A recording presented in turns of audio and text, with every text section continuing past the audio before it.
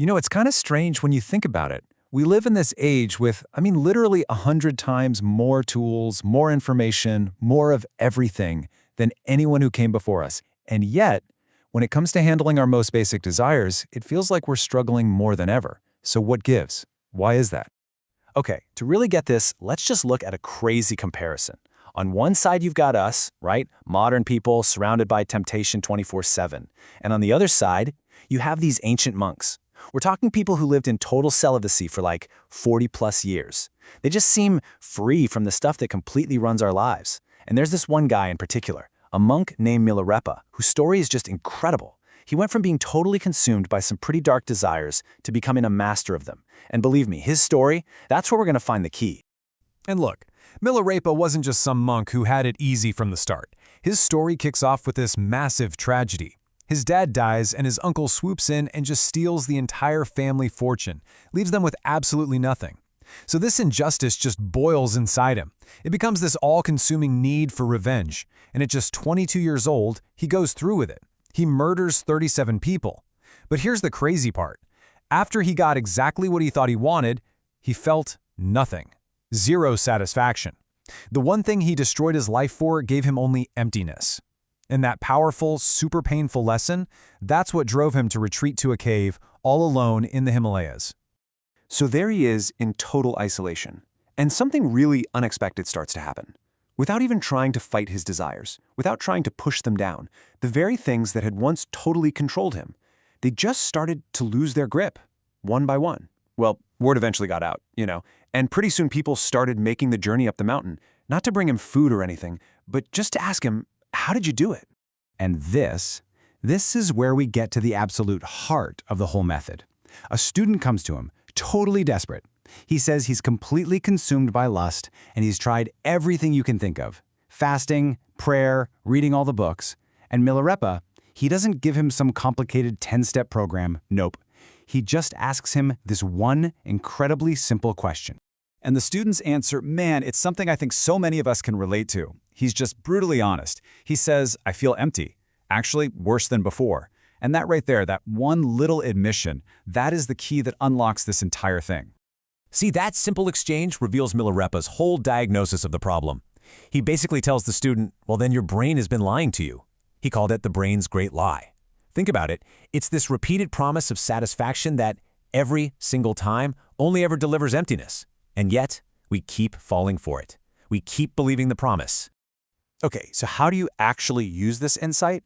Well, Milarepa taught the student this super simple 3-step method. Step 1, when the urge hits, recall the end. Don't think about the fantasy your brain is spinning up. Remember that empty feeling you know is coming afterward. Step 2, sit with the urgency. Just recognize that intense feeling is there. Don't fight it, just notice it. And step 3, do nothing. That's it.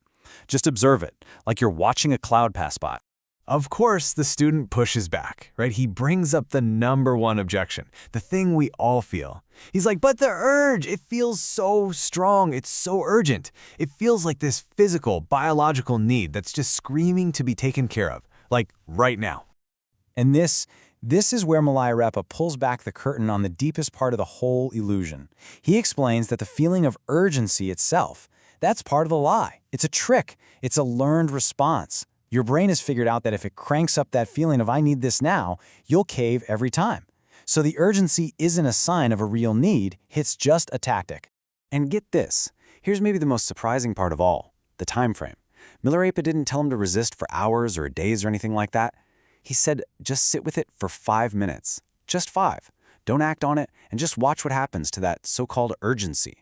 Because in just 5 minutes, the trick starts to expose itself. That urgent need, a lot of the time, it just fades away. So let's bring this into our world, right? Into the modern day. I can tell you, for months, I was stuck in this exact cycle. You know the one. I'd come home from work, just totally drained, and boom, I'd give in to the urge. I tell myself, okay, this time will be different. This time it'll finally scratch the itch. But, of course, after a few seconds, the moment is gone and the craving is already creeping back in. The whole cycle just repeats. I spent so much time thinking there was something wrong with me, that I just had zero self-control. But when I finally started to see it the way Milarepa did, this huge realization just hit me like a ton of bricks. I wasn't failing to satisfy the urge. I was feeding it. Every single time I gave in, I was just reinforcing the lie, teaching my brain that the trick works, and making the whole cycle even stronger. I mean, just think about how completely absurd this is for a second. It's like paying full price for an amazing meal over and over again, only to have it disappear into thin air right before it touches your lips. And then you act all surprised that you're still hungry. That's literally what we're doing every time we buy into the brain's great lie. So at the end of the day, the one thing you really got to remember is this.